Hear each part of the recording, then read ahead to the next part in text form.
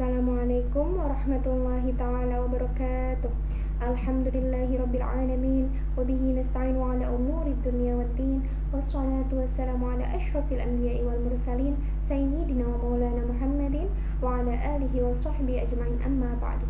Bismillahirrahmanirrahim. Qala al-musannifu rahimahullahu ta'ala wa nafa'ana bihi wa bi'ulumihi wa amadana bi asrarihi wa a'adana min barakatihi fid dharaini amin. Al-Fatihah. A'udzu billahi minasyaitonir rajim. Bismillahirrahmanirrahim. Alhamdulillahi rabbil alamin arrahmanir rahim maliki yaumiddin. Iyyaka na'budu wa iyyaka nasta'in. Ihdinas siratal mustaqim. Siratal ladzina an'amta 'alaihim ghairil maghdubi 'alaihim waladdallin. Langsung saja kita mulai ngaji kitab Mukhtarul Ahadits An-Nabawiyah, dimulai dengan hadis yang ke-111 membahas tentang alamat keberuntungan. Bismillahirrahmanirrahim. Idza tala'atis suraya, apabila bintang suraya terbit, aminaz zari'u minal ahati, niscaya tanam-tanaman akan aman dari gangguan hama. Rawahu Tabrani, riwayat Tabrani. Dalam hadis terdahulu telah disebutkan alamat datangnya musim paceklik atau kemarau, yaitu bila mana dalam bulan Ramadan terdapat sinar merah seperti tiang dari ufuk timur, maka tahun tersebut adalah tahun paceklik. Dan dalam hadis ini disebutkan bahwa bila mana bintang suraya muncul, maka hal itu merupakan pertanda tumbuhan-tumbuhan akan subur dan selamat dari gangguan hama, atau dengan kata lain akan banyak makanan. Hadis yang ke-112 mengenai telinga berdenging. Idza dzannas udhunu ahadikum falyadhkurni, apabila telinga seseorang di antara kalian mengiang atau berdenging, hendaknya mengingatku. Wal yusolli alayya, dan bacalah sholawat untukku. Wal yaqul, dan serta ucapkanlah dzakarallahu, semoga Allah mengingat atau memelihara. Man dzakarani bi khairin, orang yang menyebut-nyebut diriku dengan baik. Rawahu Ibnu Adi an Abu Rafi', riwayat Ibnu Adi melalui Abu Rafi'. Bila mana telinga kita berdenging, berarti ada yang membicarakan kita. Untuk itu dianjurkan bila seseorang mengalaminya mengucapkan sholawat bagi Nabi Sallallahu Alaihi Wasallam dan membacakan doa, semoga Allah memelihara orang yang menyebutku dengan sebutan yang baik. Mudah-mudahan ia terpelihara dari keburukan pembicaraannya. Kemudian hadis yang ke-113 membahas tentang doa dikala bersin. Idza 'atasa ahadukum falyaqul alhamdulillahi rabbil alamin wal yaqul lahu akhuhu aw sahibuhu yarhamukallah. Fa idza qala lahu yarhamukallah falyaqul yahdikumullahu wa yuslihu balakum. Rawahu Abu Dawud wan Nasa'i. Artinya adalah, apabila seseorang di antara kalian bersin, hendaknya mengucapkan alhamdulillahi rabbil alamin, yang artinya segala puji bagi Allah Tuhan semesta alam, dan hendaknya saudara dan atau temannya menjawabnya dengan yarhamukallah, yang artinya semoga Allah membelas kasihanimu. Apabila saudara atau temannya mengatakan yarhamukallah, hendaknya dia menjawab dengan yahdikumullah wa yuslihu balakum, yang artinya semoga Allah memberi petunjuk kepadamu dan memperbaiki keadaanmu. Riwayat Abu Daud dan Nasa'i. Hadis ini menerangkan tentang doa yang dianjurkan dibaca seseorang bila ia sedang bersin, dan disunnahkan bagi yang mendengarnya mengucapkan doa tarhim, yaitu memohonkan rahmat untuk orang yang bersin. Selanjutnya, bila orang yang bersin mendapat jawaban dari doa tersebut, disunahkan pula ia mengucapkan doa balasannya, yaitu semoga Allah menunjuki dan memperbaiki keadaan kamu. Hadis yang ke-114 mengenai perintahkan anak untuk mendirikan sholat. Idza arafal gulamu, apabila seorang anak telah mengetahui yaminahu min shimalihi, mana bagian kanan dan kirinya, famuruhu, maka perintahkanlah ia bisolati, untuk mengerjakan sholat. Rawahu Abu Dawud, riwayat Abu Dawud. Apabila anak kita telah mampu membedakan mana yang kanan dan mana yang kiri, maka kita harus memerintahkannya untuk mengerjakan sholat. Hal ini dijelaskan oleh hadis lainnya yang mengatakan, perintahkanlah anak-anak kalian untuk sholat bila mencapai usia 7 tahun, dan pukullah mereka karena meninggalkan sholat dalam usia 10 tahun. Hadis ini menerangkan tentang batas minimal usia anak-anak untuk diperintah mengerjakan sholat. Hadis yang ke-115 mengenai membanggakan perkara duniawi. Idza azzamta ummatid dunya, apabila umatku mulai mengagung-agungkan perkara dunia, nuzi'at minha haibatul islami, maka dicabut dari mereka pengaruh agama Islam. Idza tarakatil amro bil ma'rufi wan nahyi 'anil munkari, dan apabila mereka meninggalkan amal ma'ruf dan nahi munkar, hurrimas, mereka tidak akan barokatal wahyi, mendapatkan keberkahan wahyu. Rawahu Tirmidzi, riwayat Tirmidzi. Dalam hadis-hadis terdahulu telah disebutkan berbagai macam anjuran untuk membenci duniawi, yang antara lain dikatakan bahwa apabila seseorang menginginkan dicintai oleh Allah, maka hendaklah ia membenci duniawi. Dan dalam hadis ini ditegaskan bahwa bila mana umatku sudah mulai mencintai duniawi, maka pengaruh Islam akan dicabut dari kalangan mereka. Hal ini merupakan musibah yang paling besar. Apabila pengaruh Islam telah dicabut, berarti kehidupan materialistis akan melanda mereka dan pada akhirnya mereka menjadi binasa karenanya. Nabi SAW tidak sekali-kali mengkhawatirkan kemiskinan umatnya, karena miskin tidak akan membinasakan mereka, melainkan beliau khawatir umatnya dilanda oleh kesenangan duniawi, sebab kesenangan duniawi dapat membinasakan mereka. Allah Subhanahu wa taala telah berfirman, "Alhaakumut takatsur," bermegah-megahan telah melalaikan kalian, hatta zurtumul maqabir, sampai kalian masuk liang kubur.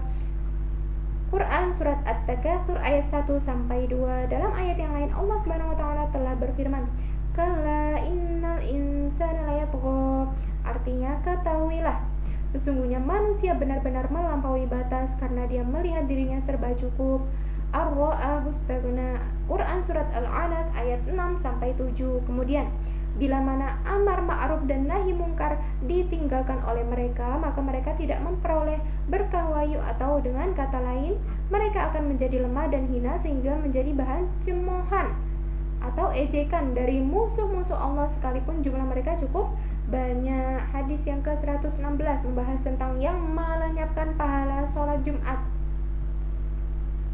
Idza qulta li sahibika yaumal jum'ati ansit, apabila engkau berkata diamlah kepada temanmu pada hari Jumat, padahal saat itu wal imamu yakhtubu, imam sedang berkhutbah, faqad laghauta, berarti engkau telah berbuat lagho atau melakukan perbuatan yang melenyapkan pahala salat Jumat. Rawahul Bukhari, riwayat Bukhari. Hadis ini melarang seseorang berbuat hal-hal yang lagho atau bermain-main dalam salat Jumat sewaktu imam sedang berkhutbah. Bila mana seseorang mengatakan kepada temannya diam, berarti ia telah berbuat lagho. Maksudnya ialah seseorang yang tidak boleh berbicara bila mana imam telah naik ke mimbarnya untuk berkhutbah Jumat. Akan tetapi jika kata-kata yang dikeluarkan itu untuk nahi mungkar seperti mencegah keributan yang biasanya dilakukan oleh anak-anak, maka tidaklah termasuk lagho atau bermain-main. Hadis yang ke-117 membahas tentang anjuran agar banyak berdoa. Idza qala al-'abdu ya rabbi ya rabbi, apabila seorang hamba mengucapkan wahai Rabbku, wahai Rabbku, qala Allah berfirman, labbaika 'abdi, ku dengar panggilanmu hai hambaku, sal mintalah, tu'ta, engkau akan diberi. Rawahu Ibnu Abu Dunya an Aisyah radhiyallahu anha, riwayat Ibnu Abu Dunya melalui Siti Aisyah radhiyallahu anha. Hadis ini menganjurkan kepada kita agar banyak berdoa kepada Allah Subhanahu wa taala. Apabila seorang hamba meminta sesuatu kepada Allah, niscaya Allah akan mengabulkannya. Makna hadis ini sama dengan yang disebutkan dalam firman-Nya, wa qala rabbukum ud'uni astajib lakum, dan Rabb kalian berfirman, berdoalah kepadaku, niscaya aku akan perkenankan kalian. Quran surat Al-Mu'min ayat 60. Kemudian hadis yang ke-118 membahas tentang taburan rahmat bagi yang sholat. Idza qama al-'abdu fi sholatihi, apabila seorang hamba berdiri dalam sholatnya, dzurral birru 'ala ra'sihi hatta yarka'a, maka ditaburkan di atas kepalanya kebajikan hingga ia rukuk. Fa idza raka'a 'alathu rahmatullahi hatta yasjuda, apabila ia rukuk maka ia diselimuti oleh rahmat Allah hingga sujud. wassajidu yasjudu ala qadamaillahi ta'ala.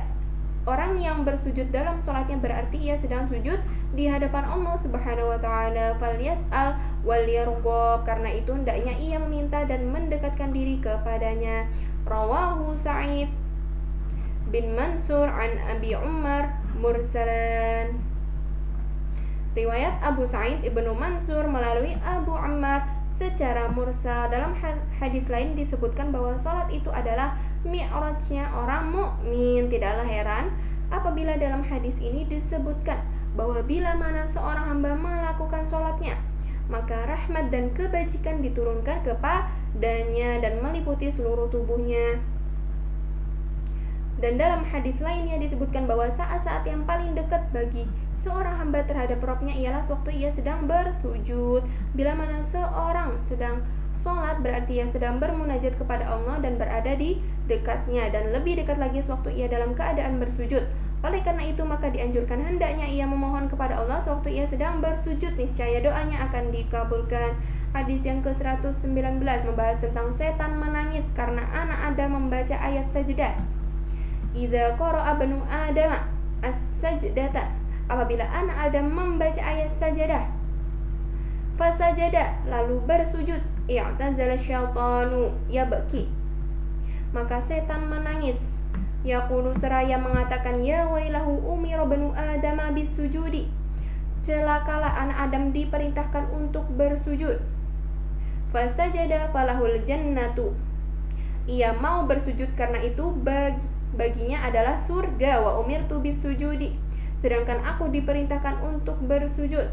Fa'asaitu fariyan naru, tetapi aku menolak karena itu aku mendapatkan neraka. Rawahu Muslim an Abi Hurairah radhiyallahu anhu, riwayat Muslim melalui Abu Hurairah radhiyallahu anhu. Hadis ini menerangkan tentang keutamaan sujud tilawah. Maksud sujud tilawah di sini artinya adalah sujud karena membaca ayat-ayat Al-Qur'an yang di dalamnya terkandung perintah untuk bersujud kepada Allah Subhanahu wa taala. Apabila seseorang membaca ayat-ayat tersebut lalu ia segera bersujud, maka setan menangis dan menyesali perbuatannya karena dulu ia membangkang terhadap perintah Allah yang menyuruhnya bersujud kepada Nabi Adam. Allah Subhanahu wa taala telah berfirman, wa idh qulna lil malaikati isjudu li Adam fasajadu illa iblis aba wastakbar wa kana minal kafirin. Dan ingatlah ketika kami berfirman kepada para malaikat, sujudlah kalian kepada Adam, maka sujudlah mereka kecuali iblis, ia enggan dan takabur, dan adalah ia termasuk golongan orang-orang yang kafir. Quran Surat Al-Baqarah ayat 34. Setan durhaka kepada perintahnya, akhirnya ia menjadi penghuni tetap di neraka. Sedangkan anak Adam diperintahkan untuk bersujud kepadanya, lalu mereka menuruti perintahnya, maka bagi mereka adalah surga. Karena itulah kita disunnahkan melakukan sujud tilawah bila membaca ayat yang memerintahkan bersujud. Hadis yang ke-120 membahas tentang menyempurnakan rakaat salat. Idza uqimatis shalatu fala ta'tuha wa antum tas'aun, apabila salat didirikan maka janganlah kalian mendatanginya sambil berlari-lari kecil. Wa atuha wa antum tamshuna wa 'alaikumus sakinata, akan tetapi datangilah dengan berjalan biasa, kalian harus bersikap tenang. Fama adraktum fasallu, rakaat yang kalian jumpai kerjakanlah. Wa ma fatakum fa'atimmu, sedangkan rakaat yang kalian lewatkan sempurnakanlah. Rawahul Bukhari wa Muslimun, riwayat Bukhari dan Muslim. As-sa'yu dari hadis ini artinya adalah berjalan dengan tergesa-gesa atau berlari-lari, sedangkan al-masyu dalam hadis ini artinya adalah berjalan biasa. Kalau as-sakinah berarti sikap yang tenang.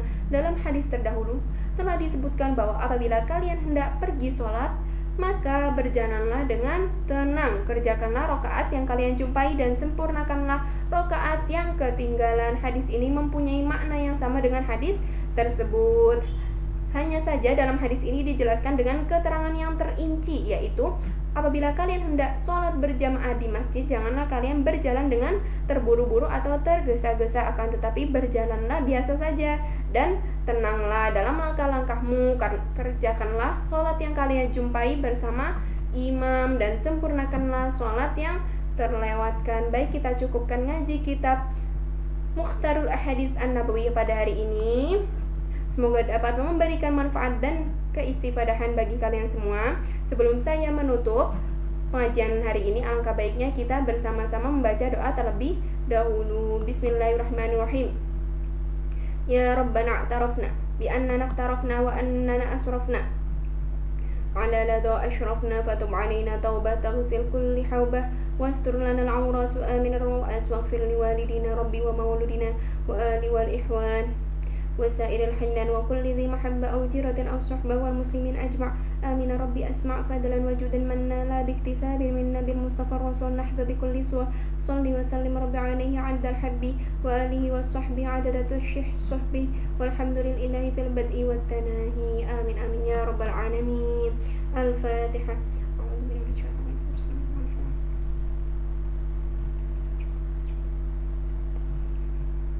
والله أعلم بالصواب. أقول قولي شكرا جزيلا على اهتمامكم.